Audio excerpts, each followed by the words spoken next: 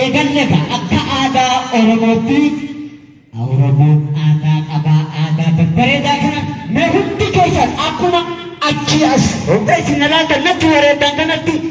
hamileen teenyas qalbiin teenya haa galatu ta'ee tokko mee hamilee baatee afurtanooti kanatti aansuudhaa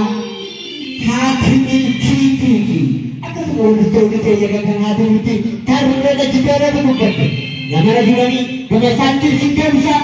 maal jechaan isin jaa galatoma